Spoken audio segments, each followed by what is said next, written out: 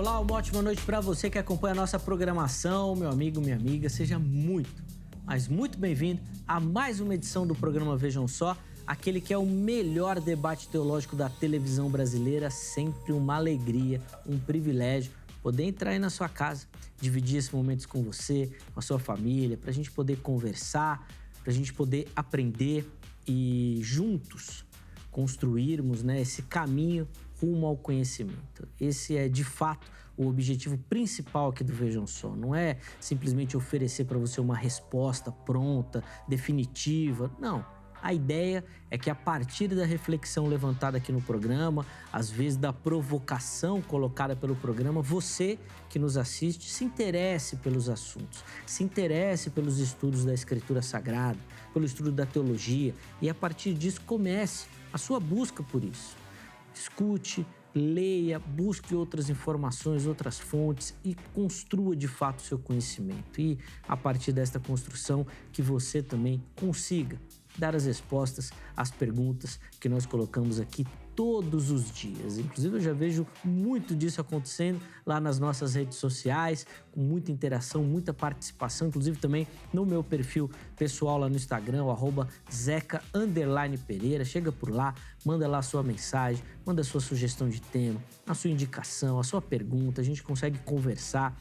Recebo muito carinho dos telespectadores e desde já deixo aqui o meu agradecimento, só confirmando a importância e a relevância do Vejam Só no cenário nacional. Muito, mas muito obrigado pelo carinho de todos vocês, e a nossa oração, de fato, é que o Vejam Só seja bênção e continue edificando o povo de Deus, levando sempre essa oportunidade de pensar, de refletir e principalmente de aprender, sempre pautado e a partir das Escrituras Sagradas. E hoje, com um tema muito relevante, super atual e que, de fato, a partir da leitura e do ensinamento das Escrituras Sagradas, poder lançar luz nessa situação que é tão complexa e que, de fato, acaba transformando o nosso mundo hoje. E daqui a pouquinho vou apresentar o tema, mas antes vou apresentar os meus convidados, eles que vão me ajudar nesta caminhada na noite de hoje, que eu tenho certeza contribuindo bastante para a nossa reflexão.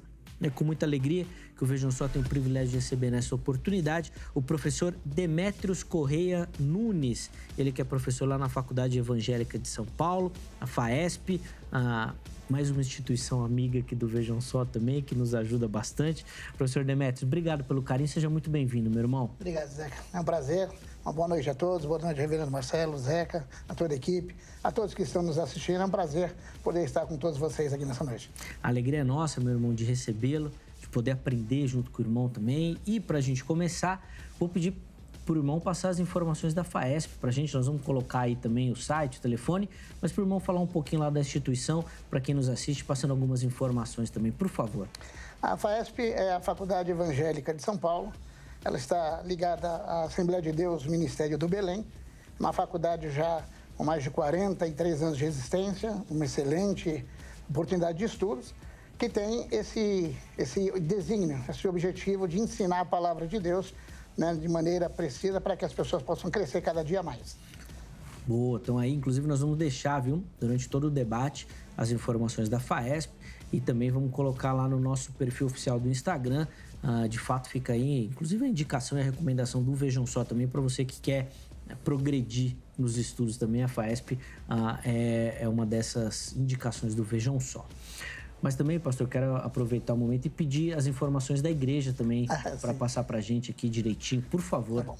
Bom, eu sou pastor, eu não dirijo a igreja, apenas coopero ali na Assembleia de Deus Ministério do Belém, na congregação do Jardim Presidente Dutra 1, que fica ali na cidade de Guarulhos, Fica na Rua Alpes, número 161, ali no Jardim Presidente Dutra, lá em Guarulhos. Boa, terra de Guarulhos também. Tem pouca igreja lá em Guarulhos, né?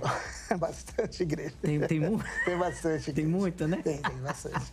Rapaz, Guarulhos e a região aqui do ABC, eu não sei como é que faz para caber tanta igreja. Mas tem muita igreja. Muito. Rapaz, mas Guarulhos tem igreja demais. Mas glória a Deus por isso. Terra abençoada, óbvio. Não é à toa que não para de crescer a cidade. Não para de... Eu sou suspeito para falar. Eu morei mais de 24 anos lá em Guarulhos. Lá gosto demais lá. A terra de Guarulhos. Boa. Meu irmão, de novo, obrigado pelo carinho. Eu que agradeço. E nós vamos deixar os contatos, tá bom? Durante o programa, mas também lá no perfil oficial do Vejam Só. Chega por lá que você consegue acessar tudo direitinho, tá certo? Bom, e o Vejam Só recebe na noite de hoje, retornando ao programa. Ele falou que fazia tempo que ele não vinha, não sei se era tanto tempo assim, mas é um amigo do programa. Contribui aqui no programa já há muito tempo. Você que nos acompanha já conhece. Reverendo Marcelo Coelho, ministro da Igreja Presbiteriana do Brasil. Reverendo Marcelo, obrigado, viu, meu irmão, pelo carinho, aceitar o nosso convite. Seja muito bem-vindo novamente. Obrigado, Zeca, nossos telespectadores, professor Demétrio, pastor.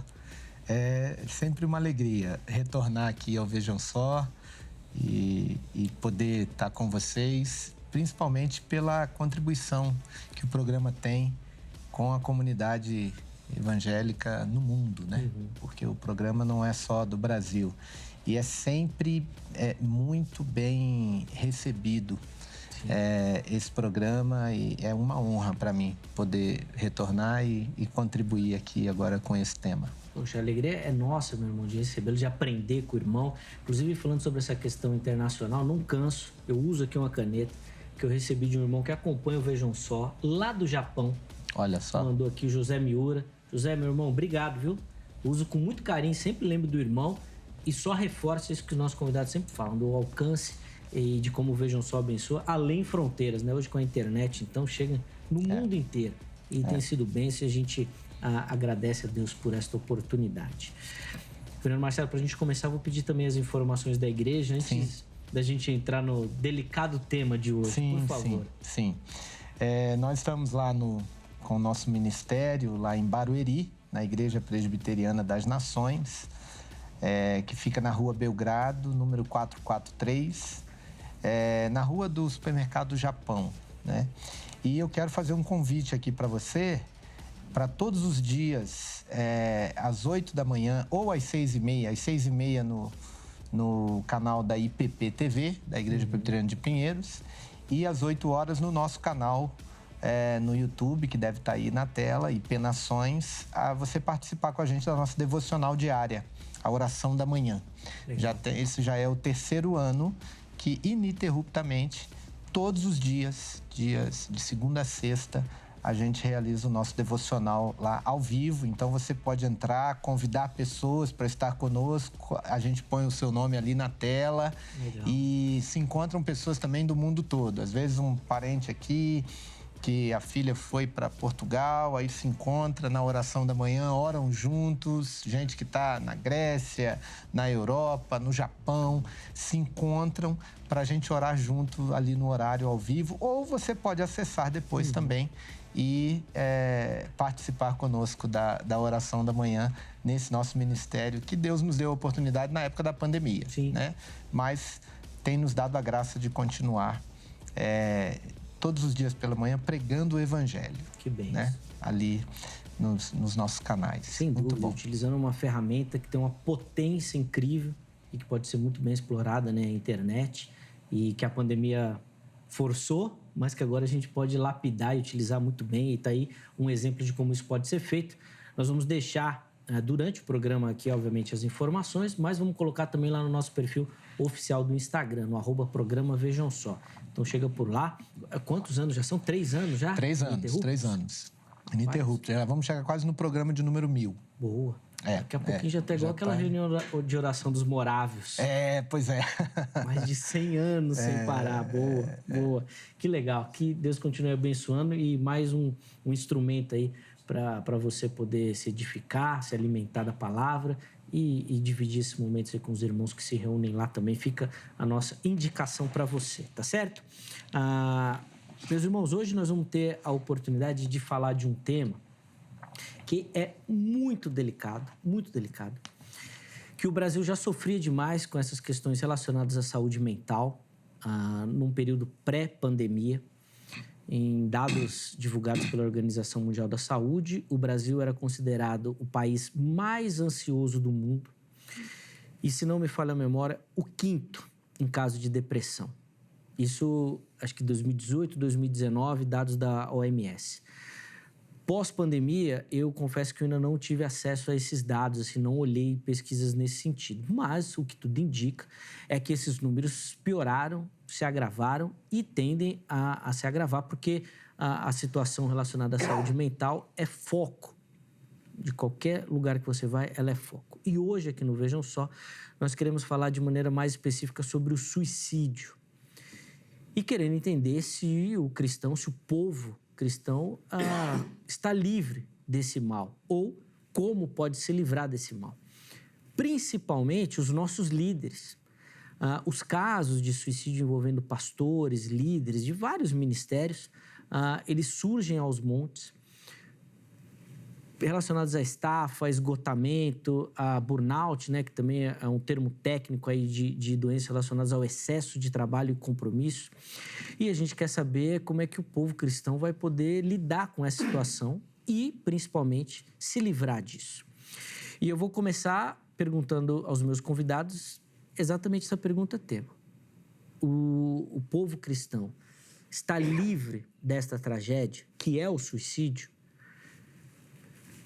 Professor Demetrios, como é que o irmão responde à nossa pergunta?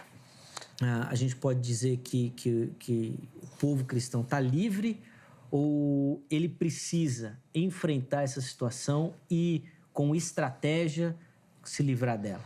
O cristão, assim como as demais pessoas, mas o cristão especificamente, ele tem que entender que ele não é um super-homem. Ele é uma pessoa, um ser humano, que assim como muitos homens da Bíblia sofreram realmente de sérios problemas, né? Uma sobrecarga de depressão, de ansiedade e tudo mais. Então, o cristão ele não está livre, né, do burnout, o cristão não está livre, né, de um evento, uma possibilidade de um suicídio, porém, há desdobramentos em relação a isso, mas livre não está. O cristão, ele não é um super-homem que está blindado disso, não. Até para a gente já jogar uma quê de dificuldade nisso, professor Demetrios, algo relacionado à fé envolve essa questão? Porque talvez hoje menos, mas em períodos, em anos atrás, assim, se você falasse de depressão, ansiedade, suicídio, então, a primeira coisa que era apontada era a falta de fé. Ou fé, ou possessão demoníaca. Sim. Infelizmente, pela ignorância de muitos, né? Ainda hoje, essa questão ela é tratada por muitos pastores, por muitos líderes de igreja.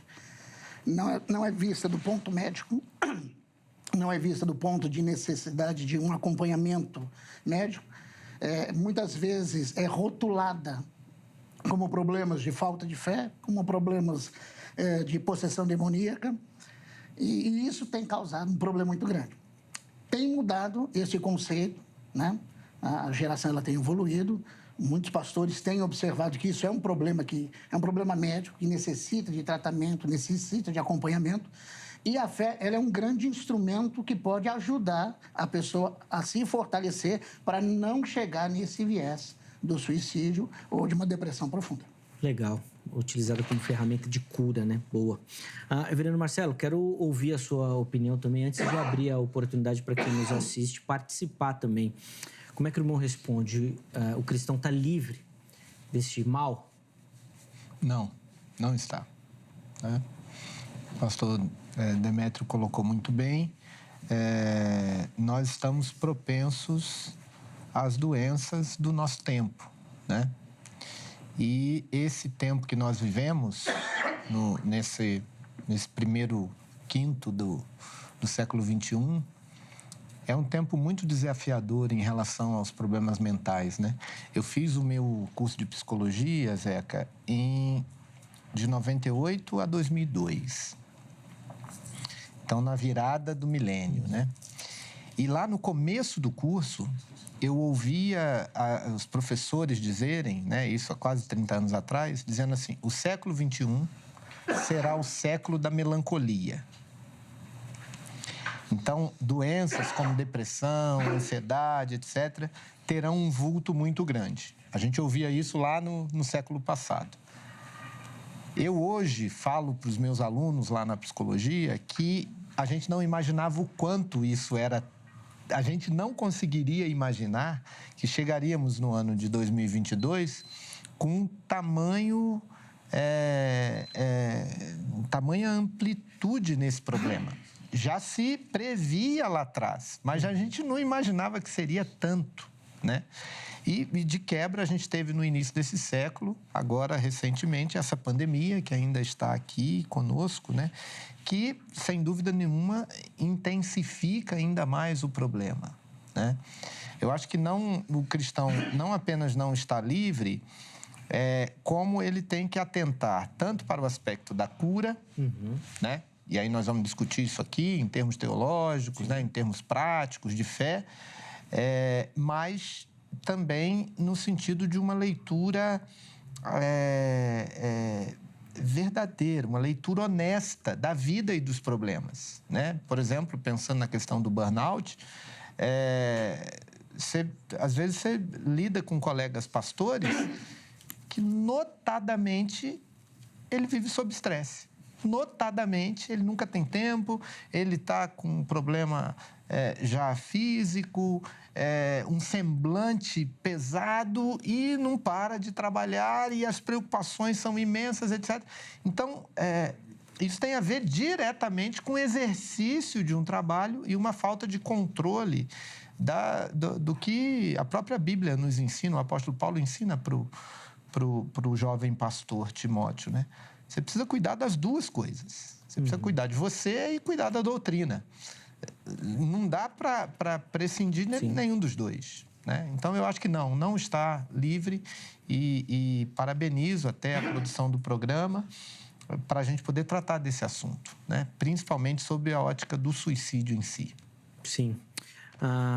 Depois a gente vai falar um pouquinho também sobre essa questão da cura, porque isso, às vezes, parece também um problema quando a gente fala isso dentro da igreja. Procurar psicólogo, psiquiatra, também é uma dificuldade, acho que é um aspecto interessante da gente falar. E sempre que a gente pensar nisso e colocar a figura do líder, aí parece que piora mais. Né? Então, a gente vai poder aprofundar um pouco ainda, né? O nosso tempo não permite aprofundar muito, mas um pouco o tema. Antes da gente continuar e até de abrir a oportunidade para você participar, deixa eu aproveitar e pedir também a sua colaboração para que você participe e mande a sua resposta aqui e interagindo lá nas nossas enquetes que a gente sempre posta no @programa Vejam Só. A enquete que nós colocamos para o programa de hoje é a seguinte: olha, o suicídio pode ser um motivo para perder a salvação? E, gente, essa é uma questão dificílima da gente tratar, mas sempre que fala do tema ela aparece. Então, eu quero dar uma pitada de teologia nisso aí também. Você tem duas opções. Sim, é um motivo. Não, não é um motivo. Vai lá, vote, dê as suas observações.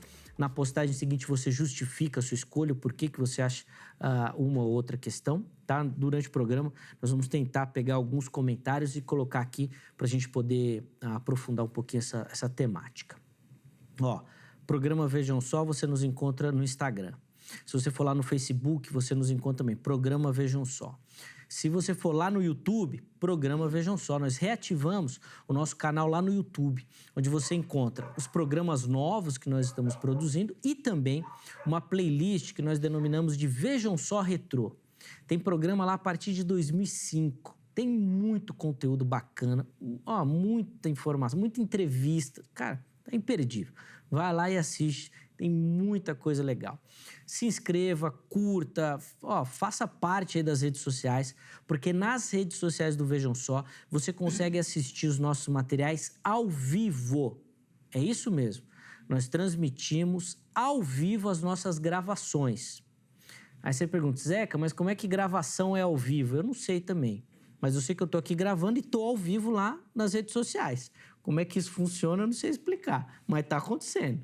Então, nós continuamos normalmente de segunda a sexta-feira a partir das 23 horas na HIT, mas você que curte as nossas redes sociais, você consegue nos assistir ao vivo, tá bom? Então, vai lá, se inscreva, compartilhe, faça tudo, faça parte dessa dinâmica das redes sociais que você vai receber todas as informações. Além disso, nas plataformas de áudio você encontra também o nosso conteúdo. Então, tá no trânsito, indo, voltando do trabalho, indo para a igreja. É só localizar lá, Programa Vejam Só, em qualquer plataforma de áudio que você vai ter acesso também ao nosso conteúdo. A ideia é que você acesse em qualquer lugar, do jeito que você quiser, o nosso conteúdo, tá bom? E a gente quer disponibilizar isso para você. Então vai lá, compartilha essas novidades e faça parte você também dessas redes de apoio aí, ajudando a compartilhar e divulgar o nosso conteúdo. Professor Demetrios, essa questão, principalmente da sobrecarga de trabalho, quando a gente fala do pastor ou do líder, eu queria que o irmão falasse um pouquinho sobre isso, porque o que a gente ainda vê hoje muito são os pastores dividindo o seu tempo. Igreja e... Vou colocar aqui trabalho secular, ainda que eu não entenda muito bem assim, mas acho que fica mais didático para quem nos assiste. E isso vai gerando um esgotamento incrível, porque ele nunca tem tempo para descansar. Como é que nós vamos conseguir ajudar ou equacionar isso para que os pastores tenham mais vida e vida de qualidade? Acho que a primeira questão, Zeca, eu vou dizer por mim. Eu pastorei uma igreja por 1 ano e meio. E sei que não é fácil. E num determinado momento, que foi o momento em que eu pedi para deixar a frente do pastoreio da igreja, né? Foi um momento em que tanto eu quanto minha esposa, nós dedicávamos de maneira quase que integral para a obra do Senhor. E num certo dia, né, ao sair de casa, eu e minha esposa para um aconselhamento, né, conjugal, a nossa filha olhou para a gente e falou assim: ora por mim, porque eu não estou bem. Porque a gente já não parava mais em casa. Uhum. Acendeu a luz. Eu estou deixando de cuidar da minha casa para cuidar das outras pessoas. Tem alguma coisa que está errada na administração do meu tempo. Então, acho que o principal, né, é o pastor, principalmente aquele que está à frente do trabalho, ele saber dosar. Ele tem que saber dosar o tempo dele. E de maneira que ele tente blindar a casa dele, preservar a harmonia, preservar o convívio familiar, né? De maneira que isso não interfira na atividade, mas se for interferir na atividade, ele tem que realmente pedir um socorro ao ministério dele e falar assim: não está dando. Ele, em hipótese alguma, na minha opinião, ele deve comprometer a vida familiar dele, a vida pessoal dele, para tentar cuidar da obra do Senhor, porque ele não vai conseguir fazer as duas coisas ao mesmo tempo de maneira eficaz. Se ele estiver com esse problema, ele tem que ser consciente, não é que adianta ele tentar. Então, ele tem que administrar o tempo. Então, se ele tem o trabalho dele, como nós chamamos, trabalho secular, e ele tem a obra, não esqueça, ele não tem só o trabalho dele, né, o trabalho secular, e a igreja, ele tem a casa dele ainda. Então, ele tem 3 frentes de trabalho. Então, ele vai ter que se desdobrar muito mais. Ele não pode negligenciar. Então, eu vejo assim, dentro de um preceito bíblico, né? A Bíblia nos ensina assim: primeiramente, Deus. É o meu relacionamento com Deus. Segundo, família. Minha família. Terceiro, trabalho. E quarto, ministério. Se eu inverter essa ordem, a ponto de eu não conseguir administrar as coisas, que todas elas funcionem de maneira adequada, eu corro um grande risco de fracassar. Então, você vai ter na Bíblia grandes homens de Deus que foram excelentes sacerdotes, excelentes reis, mas péssimos pais. Porque negligenciaram, não souberam dividir, não souberam tratar. Então, eu acho que o principal é ele saber dividir esse tempo de maneira que ele não comprometa nem um lado e nem o outro. Reverendo Marcelo, essa questão fica complexa porque, via de regra, nós estamos tratando aqui de algo que fala muito da vida espiritual do líder, a partir do momento que ele entende isso como um chamado do próprio Deus para a vida dele.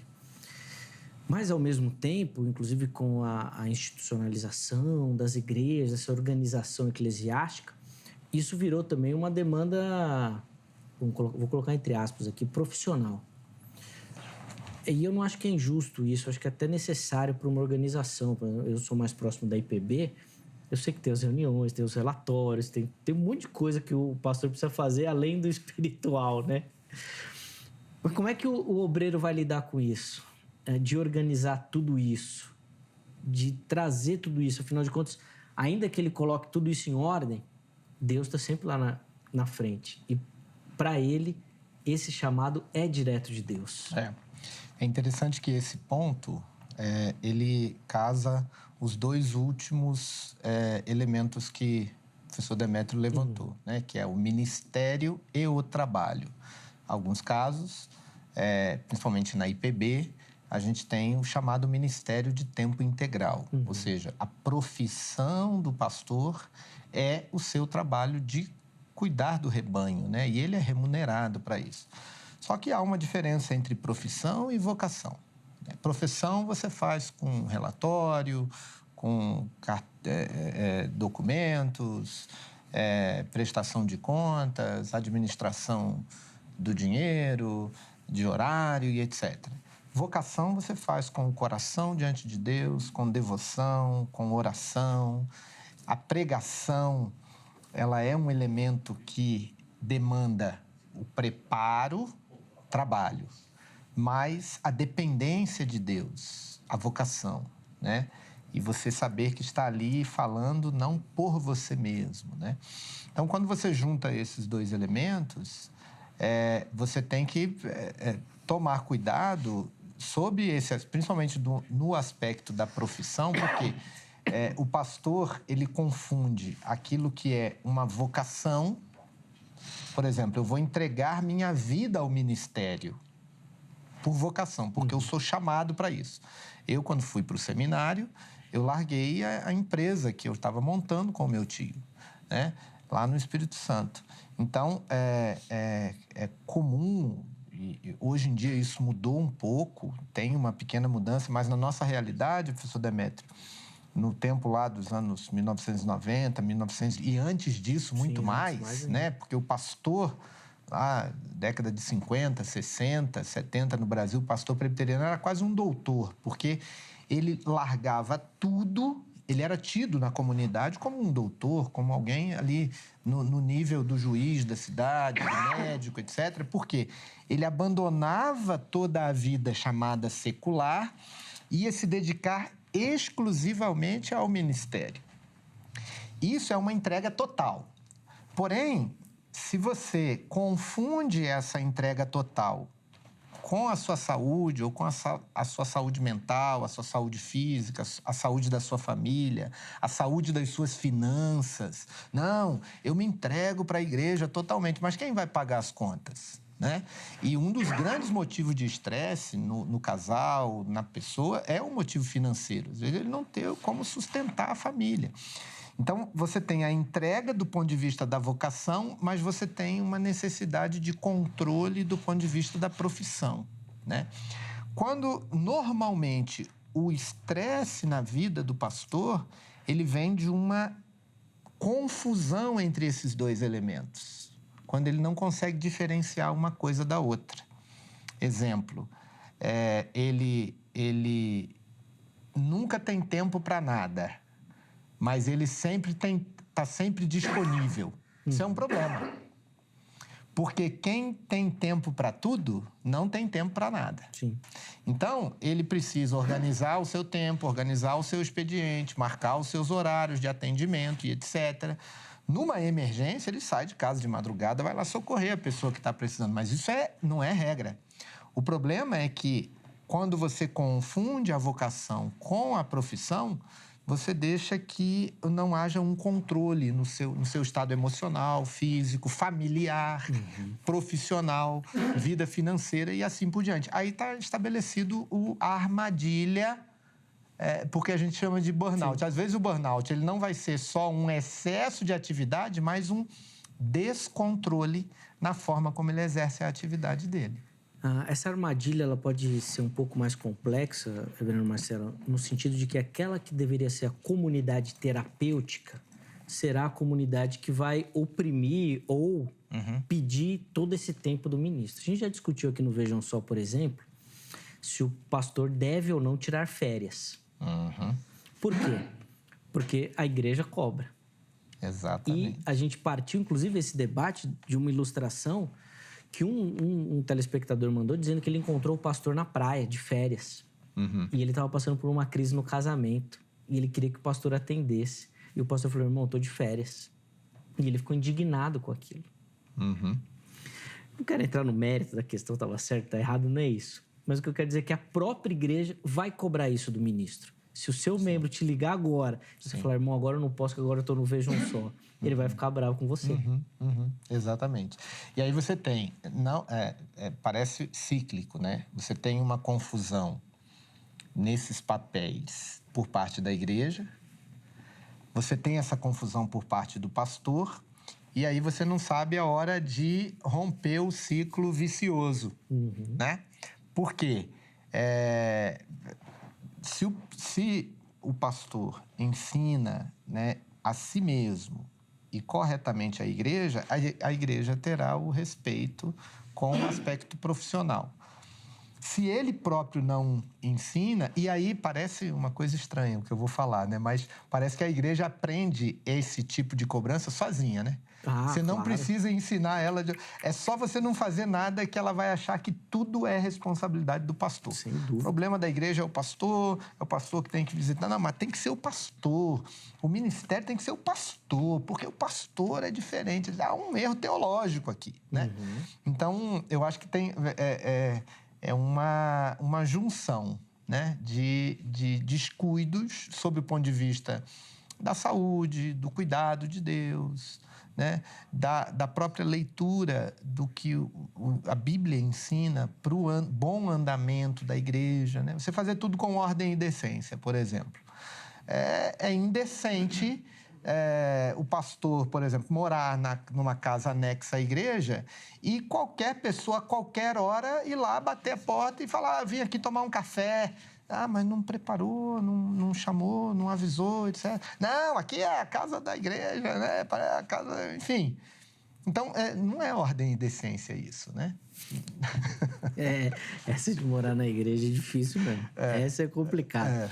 Professor Demetrios, o pastor cuida de todo mundo. Quem que vai cuidar do pastor? Olha, essa é uma das grandes falhas que eu vejo a nível de ministérios, né?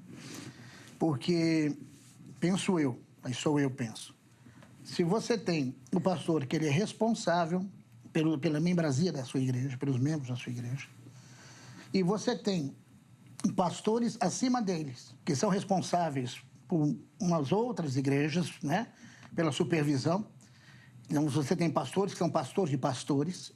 Eu acho que a obrigação, a responsabilidade, o chamado deveria ser desses que estão acima. Porque o que acontece é assim, muitas vezes o pastor ele entra nessa crise, até que o reverendo Marcelo está falando, porque quando ele tenta encontrar um fôlego, ele tenta encontrar uma ajuda, ele olha para o lado e está sozinho. Então, ele não tem em quem buscar apoio ou referência, um conselho, uma ajuda. Né? Então, você não vê um cuidado, muitas vezes, do escalão superior para aqueles que estão na linha de frente pastoreando a membresia. Então, eu lembro que uma vez eu conversei com um pastor que ele falava assim, olha, não, porque Deus me chamou para ser pastor de pastores. Aí eu falei para ele assim, então você faça o seguinte, o dia que você se tornar pastor de pastores, não se preocupa com os membros da igreja, se preocupa com a vida dos pastores. Então, os pastores que estão na função acima, né? Eles têm que conhecer os seus pastores que estão comandados, que trabalham com ele, vamos colocar dessa forma, tem que conhecer pelo nome, tem que conhecer as esposas, os filhos, saber onde moram, quais as necessidades. E você não vê essa forma de interagir, muitas vezes, na maioria dos ministérios. E isso eu acho muito prejudicial. Então, se você observar, eu coloco por mim, na minha profissão, hoje eu estou aposentado, mas quando eu estava na ativa, eu comandava um grupamento, um pelotão, uma companhia. Então, eu conhecia, né, os meus comandados, os meus policiais, eu conhecia eles, as esposas, os filhos, onde morava. E isso traz para você, que está trabalhando para aquela pessoa, no ministério, mas você está ajudando, trabalhando para aquela pessoa que ela está acima de você, traz para você um senso de segurança. Traz para você um senso de conforto. Você fala assim, olha, se eu precisar, eu vou conversar com o fulano. Ele sabe da minha necessidade, ele enxerga. O que às vezes acontece eles estão, quem está acima, está num escalão tão alto e numa atividade tão alta, que ele já não se preocupa com os pastores que estão abaixo dele, que necessitam de ajuda. E aí, quando você vai ver, a pessoa está sucumbindo. Ela está entrando num burnout, ela está entrando numa depressão, ela está entrando... O casamento dele está em crise. E aí, às vezes, acaba sendo tarde para você ajudar com aconselhamento, restaurar. Aí você começa a colher as consequências. Então, eu acho assim, que quem está acima, comandando, tem que enxergar quem está abaixo, que são os seus comandados, que estão diretamente tocando a obra e a seara do Senhor. Primeiro, Marcelo, o professor Demetrios colocou uma questão aqui de organização eclesiástica, que de fato é importantíssimo, o pastor que cuida do pastor. Mas e as questões médicas para o pastor? Pois é, era o que eu estava pensando. Era o que eu estava pensando aqui enquanto Demétrio falava, né? Porque é muito bom quando a igreja tem uma estrutura de cuidado pastoral sobre a vida do ministro. Porém, esse cuidado ele é muito mais amplo, né? Então, não são poucos casos de ministros, por exemplo, que não cuidam da previdência social. São raros. Quando, num momento de falta, qualquer coisa, a esposa fica desassistida, ou ele próprio, né? Se ele precisa, se ele tem uma doença, né? O pastor estava falando aqui da Covid, né? Inclusive do pós-Covid aqui e tudo. Da onde vai sair o sustento, né? As questões médicas e com toda a área de saúde que envolve isso, né? Às vezes uma fonoaudiologia, uma fisioterapia, consultar um nutricionista, ter um cuidado com as atividades físicas, né? A psicologia, né? As questões médicas, não apenas corretivas, mas preventivas, né? A própria inserção na sociedade, né? Ter um olhar que inclua a igreja e o cuidado pastoral, espiritual, etc., mas também que tenha um tempo ali de lazer, etc., né? Ou de uma atitude cidadã, uma conversa com amigos que não sejam da igreja, né? Ter uma vida normal, ter uma vida saudável. E, às vezes, você precisa de elementos fora daquele ambiente. De novo, aqui você mistura, né, a vocação com a profissão, você nunca mais sai daquele ambiente de igreja. Você só pensa em igreja. E eu tinha uma época, e assim, eu falo dos meus pecados, né? Do início do ministério. Eu tive uma crise de estafa no primeiro ano de ministério no campo missionário. Primeiro ano. E nos meus primeiros 10 anos, pastor, de ministério, eu saía aos fins, em férias, etc., com a minha esposa. O primeiro lugar que eu queria visitar era a igreja presbiteriana do lugar onde eu estava visitando. Ela, pelo amor de Deus, você está o tempo todo na igreja, chega aqui, quer ir para a igreja, etc., etc. Então, a gente precisa ter esse olhar. Então, eu acho que é louvável e acaba caindo mesmo, né, Demétrios, para o líder, né? Ou seja, o líder do ministério, ele naturalmente, ou vai ele próprio cuidar dos pastores, né? Por causa do poder de decisão que ele tem, ou ele vai ter uma equipe voltada exclusivamente para isso, que eu acho que é um modelo bom, mas o problema é que nós, pastores, a gente é muito má ovelha. Nós não sabemos ser ovelha. A gente só sabe ser pastor, né? Então, e a gente precisa aprender a ser ovelha para poder que Jesus pastoreie o nosso coração. E Jesus pastoreia o nosso coração usando pastores humanos. Ele não manda anjo para cuidar do pastor, né? Ele é o bom pastor.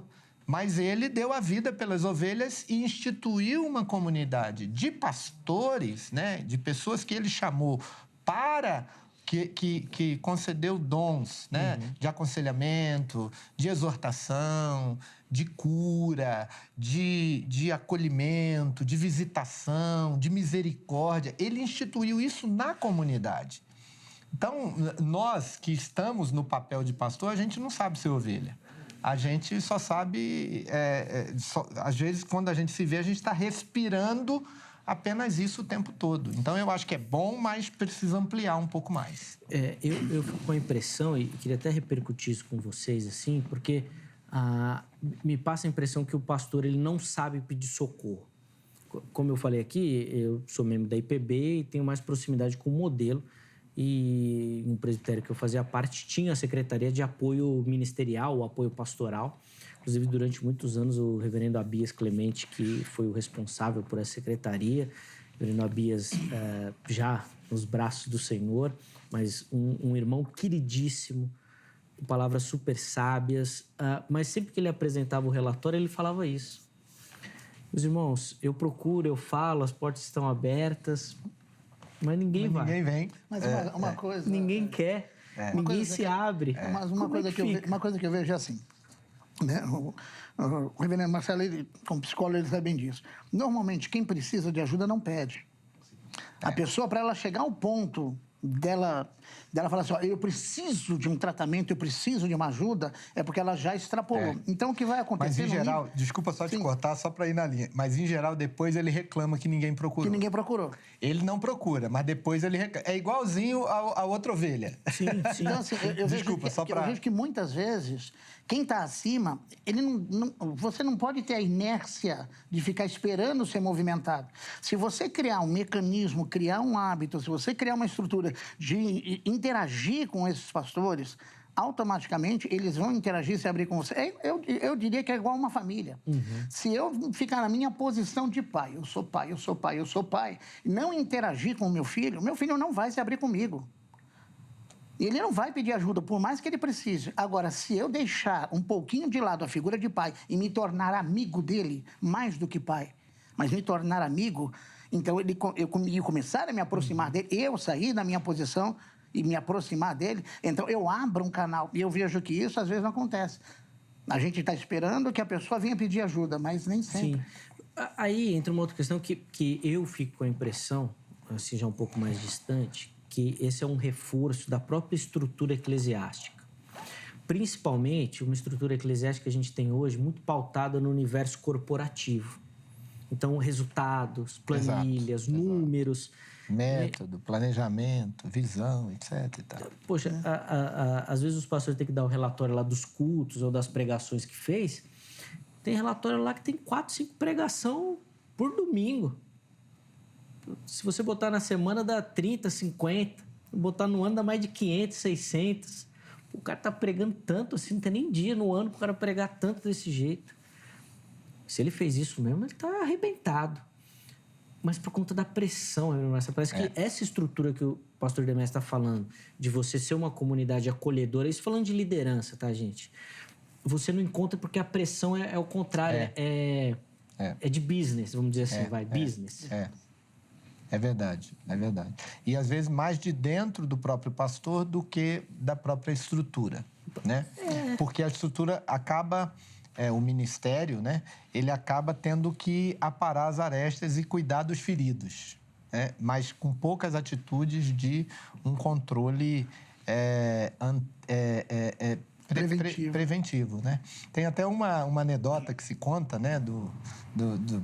De um pastor do interior e tudo, e aí passa um membro da igreja de manhã, ele está lá sentado na sua varanda, com um livrinho aberto, óculos assim para baixo, quase igual ao do professor Demétrio, ali. Aí o irmão passa lá, ê, pastor, tá descansando, hein? Ele, não, meu irmão, tô trabalhando. Aí lá pro finzinho da tarde, passa o mesmo da igreja, o pastor resolveu dar uma descansadinha, foi lá carpir o capinal, tal, limpar ali e tudo. Aí passa o irmão e fala, ê, pastor, tá trabalhando, hein? Ele, não, meu irmão, agora eu tô descansando. Fica difícil de ver isso daí, né? Sem dúvida. E aí, professor Demétrio, a gente chega a esses casos que vão pipocando e hoje, obviamente, com a comunicação muito mais fácil, né? O acesso e a divulgação, a casos extremos de pastores chegando ao suicídio. Por conta exatamente dessa pressão ou sem encontrar lugar para aliviar, né, essa pressão. Eu ainda fico meio perdido no qual que seria a causa disso. A questão do suicídio, ela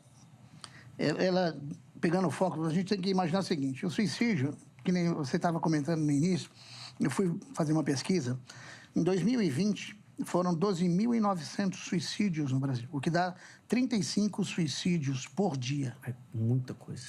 Por dia, né?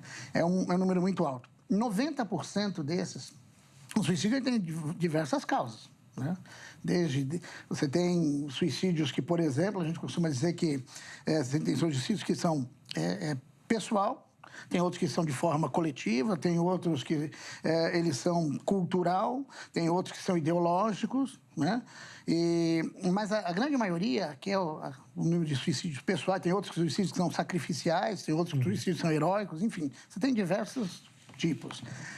Mas, na grande maioria, que são suicídios pessoais, 90% deles, eles são ocasionados por problemas de depressão, de ansiedade, de transtorno de personalidade, né?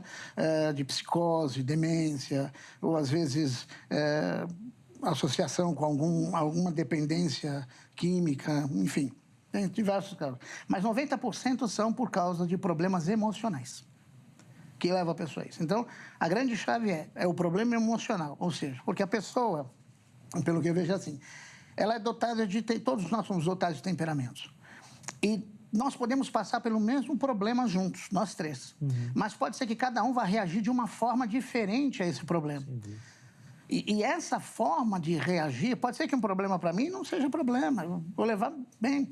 Pode ser que para você vai causar uma angústia, né? Que a gente fala dos temperamentos, da teoria dos 4 temperamentos, né? O fleumático, colérico, melancólico, sanguíneo. Mas pode ser que para outro vai causar um total desespero. Então, assim, como é que a pessoa lida com isso? Então, eu acho que muitas vezes a pessoa, quando ela chega nesse extremo, quando o pastor chega nesse extremo, não só o pastor, mas o cristão, quando ele chega nesse extremo, é porque ele não encontrou como é que ele lidaria com esse problema, ele não sabe lidar. Então, ele parte para a atitude desesperada para tentar se livrar de um problema. Porque ninguém acorda de manhã e fala assim, hoje eu vou me matar, hoje eu vou me suicidar. Na verdade, há todo um processo anterior que a pessoa ela vem perdendo o sentido de vida, ela vem perdendo o amor pela vida, vem sentindo um certo desprezo por viver, e isso vai se acumulando, vai se acumulando. E muitas vezes as pessoas, eu não sou psicólogo, né? O pastor Marcelo, o reverendo Marcelo, que pode falar bem melhor disso, mas as pessoas elas vão emitindo certos sinais que muitas vezes a grande maioria daqueles que estão ao lado, seja na própria igreja, no ministério, seja na família, não vão percebendo certos sinais que estão tendo. E esses sinais são importantes, porque é esse sinal que vai fazer com que eu, pai, saia da minha inércia e vá ver o que está acontecendo com meu filho. Por que ele está se isolando dentro do quarto? O que está acontecendo? Então, assim, as pessoas chegam nesse limite justamente por quê? Porque elas não encontram uma estrutura, uma rede de apoio, alguém que ela possa parar, conversar, confiar. Então, e nisso a fé dela vai começar realmente a ficar abalada, fragilizada. Esfriando, né? Reverendo Marcelo, eu queria ouvir o irmão um pouquinho nesse sentido também, porque fico com a impressão que sempre que a gente fala desses assuntos, principalmente no nosso meio, isso ou esses casos extremos de suicídio são consequências de uma falta de entendimento nosso com relação à fé e problemas de saúde. O fato da gente negar isso, não, isso daí é fé, eu preciso orar mais, ou até o professor Demetrios colocou no começo, o demônio e tal, não sei o quê. E isso vai destacando uma falta de cuidado nosso com essas questões relacionadas à saúde mental e aí, já às vezes até fora do entendimento, esses atos mais extremistas, né? Eu acho que a gente precisa pensar esse assunto sob o seguinte aspecto. Cura é diferente de tratamento. Para muitas doenças mentais, você não tem cura, mas você tem tratamento. E aí, quando você negligencia o tratamento, que é o assunto que a gente estava comentando antes, né? Estou achando, inclusive, muito rico aqui o debate, você vulnerabiliza. Você cai em risco. Seja no aspecto ministerial, né? E é impressionante o que nessas últimas 2 décadas a gente tem de números, né? De pastores que dão cabo da própria vida. Então, associa-se isso diretamente ao que falávamos antes de uma falta do cuidado do ministro com ele mesmo e com a saúde. E isso se aplica totalmente a todos os outros casos de suicídios. Por exemplo, Na nossa experiência agora recente na capelania universitária, a gente vê não só dentro da nossa universidade, mas a gente vê em outros cursos. Uma vez eu fui atender a um caso de tentativa de suicídio, fui ao hospital, e aí o aluno tinha um irmão que fazia medicina na Zona Sul de São Paulo, e na semana anterior a essa, alguém da sala de aula do menino da medicina tinha se suicidado cabalmente. Então, então, assim, a gente tinha, antes da pandemia, eventos bastante numerosos, né? Porque um já é muito numeroso, né? Se você já pensa. Mas você tinha, assim, de mais unidades, né? de tentativa. E aí eu acho que esse olhar do tratamento, ele é muito importante. Tanto sob o aspecto da prevenção, obviamente, né, de coisas piores, mas também no aspecto do enfrentamento dos sinais que ocorrem, né? Então, eu acho que a gente pode observar os sinais e quase sempre isso vai acontecer depois da situação ocorrida, né? Aí você olha lá atrás uma mensagem na rede social, você olha lá atrás um estado mais distímico, mais entristecido, isolamento. Pessoas falando, não quero mais, não vou fazer e tudo, etc., né? Então, isso sob o ponto de vista da saúde. E sob o ponto de vista da fé, eu acho que você tem não só apenas um enfrentamento saudável e uma boa forma de tratar por intermédio da fé, como uma questão preventiva também, né? Porque a gente tem casos na Bíblia de pessoas que pediram a própria morte, como o caso de Elias, mas a gente tem uma ordem divina para o seu povo, que é o povo que ele libertou, dizendo, não matarás.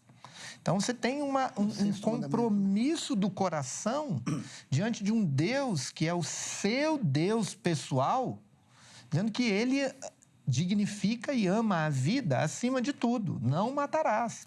Não é matar só o próximo. É a si mesmo também. Porque o suicídio, na verdade, é um autoassassinato. É você assassinar a si mesmo. Então, continua sendo matar. Você mata, você dá fim à sua própria vida. E aí vai totalmente contrário, que o Kevin está falando, ao sexto mandamento, que é não matarás. Né? E aí vai contrário justamente ao que Deus fala, né? em 2 Samuel, 1 Samuel, que Deus fala em 1 Samuel 2,6, que ele fala assim, olha, somente Deus é quem dá a vida e somente Ele é quem pode tirar. Então, Tiago também fala isso, capítulo 5, o comportamento do suicida, né, de uma pessoa que tem que suicidar, na verdade, ele tenta usurpar a autoridade divina nesse sentido. Ele quer se colocar no lugar de Deus para dizer que ele pode tirar a vida dele. Então, um cristão, eu vejo que é inconcebível a ideia de um cristão, né, ele pensar no suicídio, porque ele está tentando usurpar aquilo que é autoridade divina, aquilo que é autoridade de Deus. Deus é quem dá a vida e Deus é quem tira a vida. Eu ainda que entenda que seja um pecado grave atentar contra a própria vida, eu vou um pouquinho num caminho oposto e quero a opinião de vocês nesse sentido. Principalmente quando a gente fala de suicídio. Nós estamos falando de uma dinâmica tão particular assim que a gente pode entender alguém até fora da sua própria consciência, Reverendo Marcelo.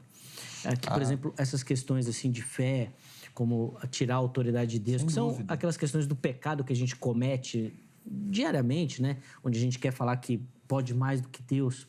Mas quando a gente fala do suicida, nós não estamos falando de um caso tão particular que às vezes transcende até essa racionalidade, vamos dizer assim. O que eu quero dizer é, dificilmente o suicida vai fazer essa construção, vamos dizer assim. Exato. Ele está em outro mundo. Às vezes é completamente alterado. Eu penso muito sobre esse aspecto, Zeca, do ponto de vista de uma construção mental de percepção das coisas, né? de uma cosmovisão. Né? Então, é muito importante fazer essa análise, né? Porque de um ponto de vista teologicamente frio, é isso que nós falamos aqui. Sim. Agora, de um ponto de vista da compreensão do problema e de você retirar dele esperança para um conserto, para um ajuste, você tem que tratar sobre a questão do desespero. Né? E da onde que vem o desespero? E aí eu concordo com você, na sua hipótese, de que o desespero faz com que a pessoa saia de si e, por exemplo, num caso de depressão, uma depressão instalada, você tem todo deprimido a onda de tristeza e a onda de euforia. Na onda de tristeza, é muito difícil a pessoa cometer suicídio, porque ela não tem força nem para isso. Mas existe essa oscilação quando ele sai de uma crise, ou ele toma um medicamento, ou ele ou rompe um ciclo, né, de tristeza, de distimia, e ele sobe para a euforia, ali é o momento. Por quê? Porque ele sabe que ele vai voltar para aquele momento terrível de novo. Então, aqui ele tem forças para isso. É o momento que causa dor nele, né? E aqui você tem a questão do desespero, né? O desespero é você não ver saída. Como você não vê saída, você não vê também raciocínio, você não vê uma solução mental plausível de bloquear aquela atitude. Então, você vai no impulso e você faz porque você quer. Aí, os motivos, né, como o pastor levantou, às vezes você está revoltado, às vezes você quer poupar as pessoas de ficar cuidando de você o tempo todo. Aí você não consegue pensar no outro, é uma falta também de empatia muito grande, né? Porque o desespero seu é tão grande que você não pensa no desespero do outro que vai causar por causa do tipo de morte que você vai ter. Né? E aquilo que ele estava falando, que a fé, nesse caso, ela seria apenas uma ferramenta para tentar manter a pessoa equilibrada. Porque quando ela chega nesse ponto que o reverendo está falando, a fé ela já não tem mais essa base, ela não consegue mais. Por isso que ela realmente, eu acho que ela sai do raciocínio. Porque não vai falar, mas você não tem fé, mas não é uma questão de fé. Há uma questão de saúde, há uma questão médica que precisa ser tratada. A fé eu não vejo a fé assim como um elemento principal que cura nesse sentido. Não, tá? sim, eu entendo. Mas eu vejo a fé como um instrumento que vai ajudar a pessoa a se levantar e sair dessa condição. Sim. Ou a passar por isso, ou a lidar com isso. Né? Exatamente. Agora tem um dado... Rapidinho. Tudo bem, vai lá. Não quer dar o dado? Não, meu dado vai demorar um pouquinho, pode falar. Eu queria só um pitaco de vocês, porque eu preciso encerrar esse bloco, mas eu quero só uma observação, porque assim... eu percebo que muda a nossa construção teológica quando a gente encara essa situação. Quando alguém passa por isso, quando você enfrenta isso. Sem dúvida. E eu comecei a ver, até me emociono, comecei a olhar diferente quando uma mãe que enfrentou essa situação, sabendo do meu histórico, teólogo, cristão, veio, me abraçou e perguntou, né, onde Deus estava em tudo isso? Cadê Deus nessa história? E, poxa, não dá pra gente tirar Deus disso. Deus tá ali. Como? De que jeito? A gente não sabe explicar. Mas você começa Nossa, até... Você começa Você vai ver de outro jeito a situação. Você começa a observar, não tem jeito. Passar por isso transforma. Faz a gente revisitar a nossa teologia, revisitar a nossa prática, revisitar nosso cuidado conosco mesmo, né? Da esperança. O que o irmão falou de tirar a esperança, eu acho fundamental também. Porque as pessoas ficam, né? Elas vão continuar. Precisam, né? Precisam continuar. Agora, o que eu ia falar do dado é que há uma relação muito direta e mais frequente do que a gente imagina entre fé e problemas mentais. Isso, na minha época, lá de seminário, século passado, né? Eu vi uma pesquisa que dizia que a grande maioria das pessoas, porque naquela época você ainda tinha muita internação, né? Hoje você fala da desinstitucionalização do doente mental. Então, você quase que não vê mais aqueles... Mas naquela época, entre os internos por problemas mentais, por psicoses, você tinha a grande maioria, da ordem de quase 80% de pessoas que ou estavam no ambiente religioso, ou tentaram resolver no ambiente religioso e pioraram, ou tinham os temas das suas psicoses ligadas a questões religiosas e de fé. Sim. Né? Porque é muito comum no psicótico, você já está mais associado a essa questão do mistério, do mágico, do transcendente, né? Do divino. Sim. Isso é um assunto que, infelizmente, eu preciso chamar um intervalo aqui, mas que daria muito mais tempo para a gente poder conversar. Para não estourar o tempo, eu vou ser rápido.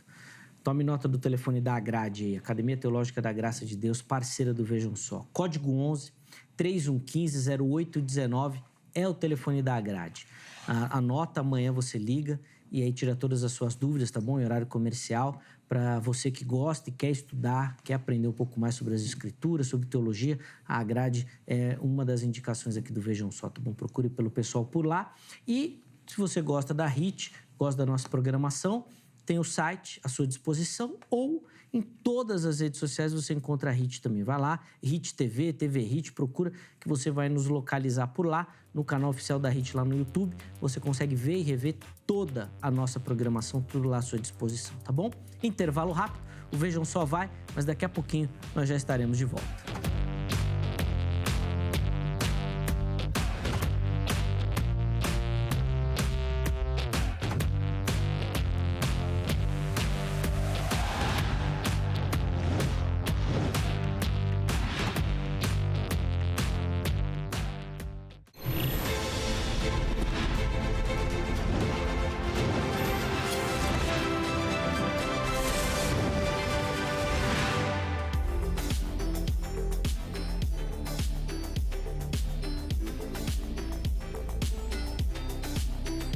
Muito bom, já estamos de volta com o Vejam Só, intervalo bem rapidinho aí na nossa conversa.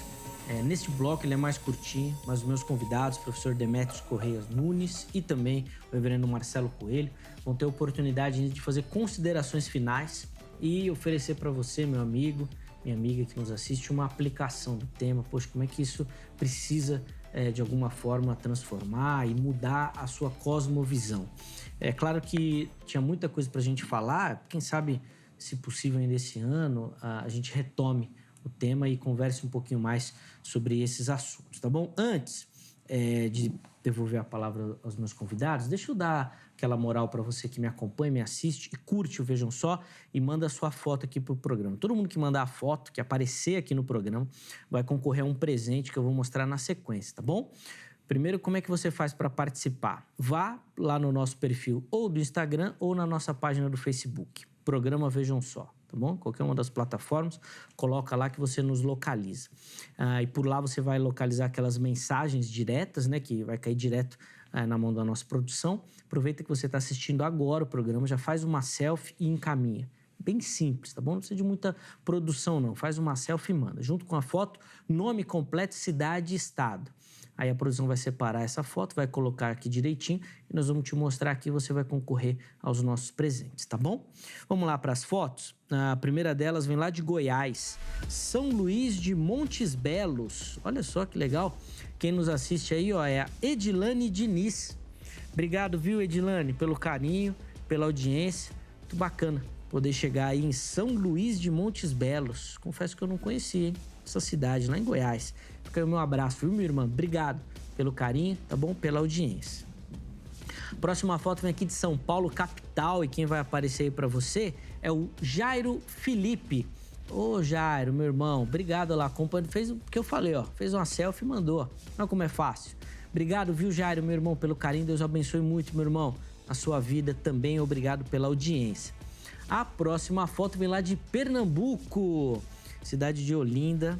terra maravilhosa. Fica aqui o meu abraço já a todos os pernambucanos que nos acompanham. E quem aparece aí, ó, é o André José da Silva, nosso telespectador lá de Olinda. Obrigado, André, meu irmão. Deus abençoe sua vida, sua casa, o ministério. Fica aqui o nosso abraço carinhoso também.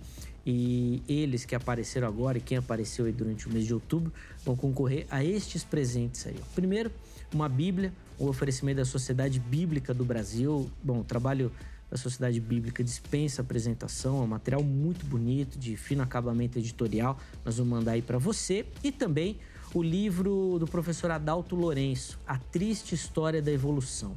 É um material infanto-juvenil que dá para você ler com suas crianças, adolescentes, para conversar e introduzir o tema, né?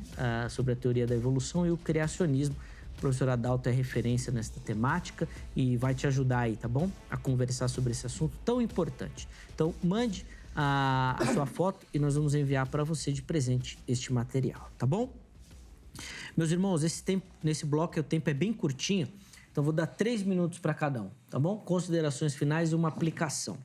Como eu comecei com o professor Demetrios, Reverendo Marcelo, esse bloco eu vou começar contigo, tá bom? 3 minutinhos pra gente, por favor. Tá joia. Bom, eu quero dar uma palavra para você, uma palavra de esperança, né?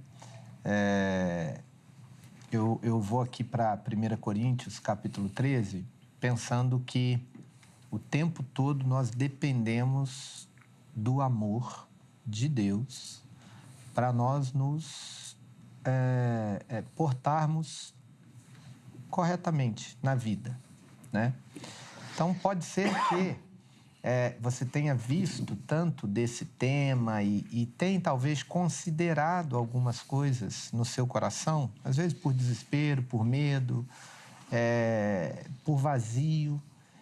Lembre do amor de Deus. O amor de Deus, ele nos é dado, mas ele é para nós também praticarmos.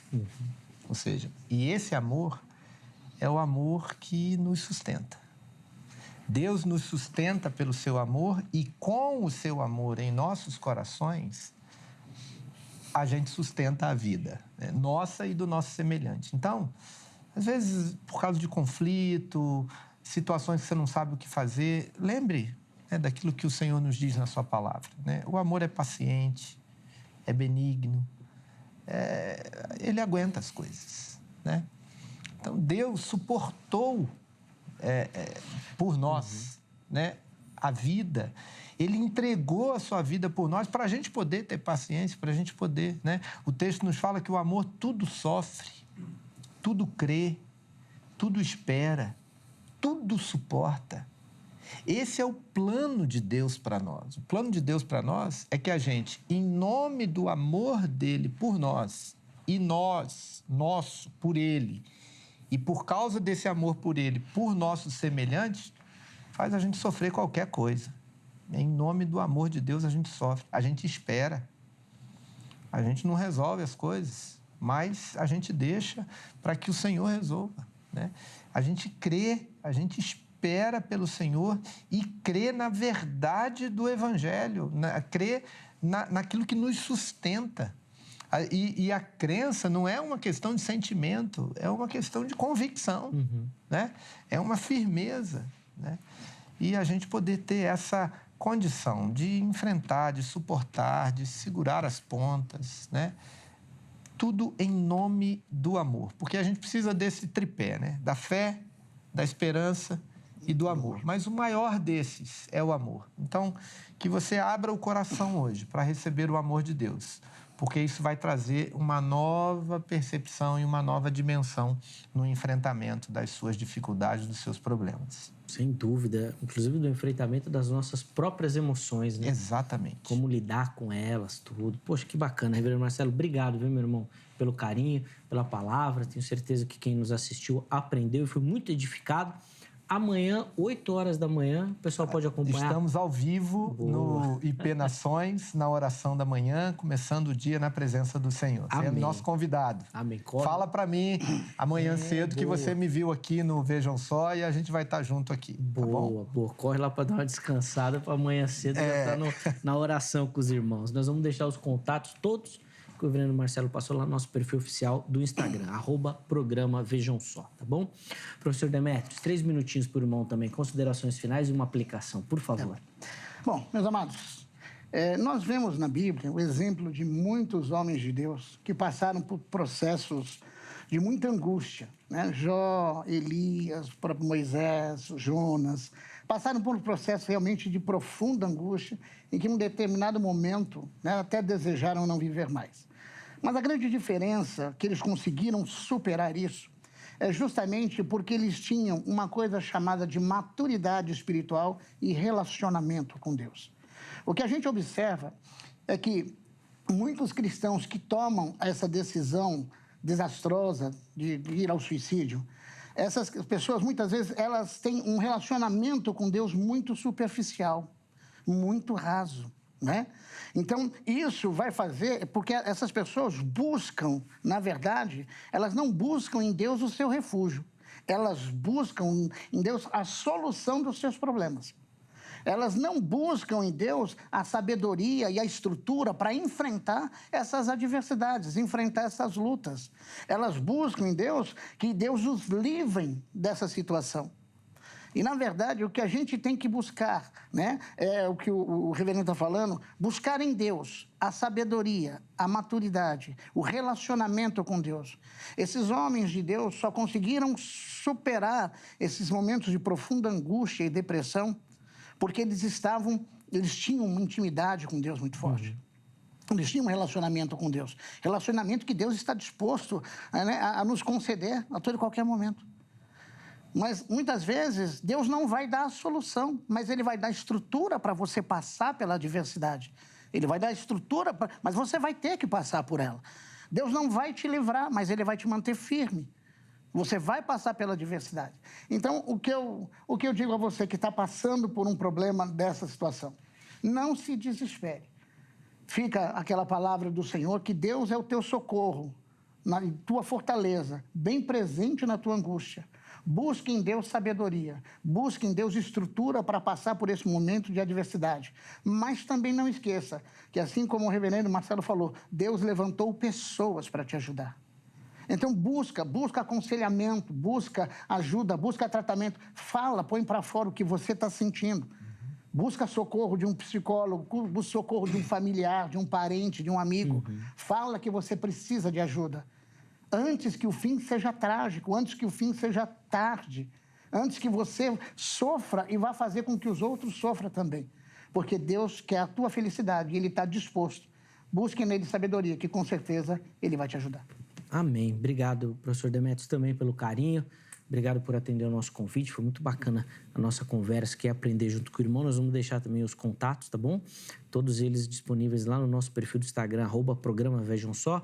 Leve o nosso abraço, não só à comunidade lá no Jardim Presidente Dutra lá também, mas a todos os irmãos lá da FAESP também, tá bom? Fica aqui a nossa gratidão.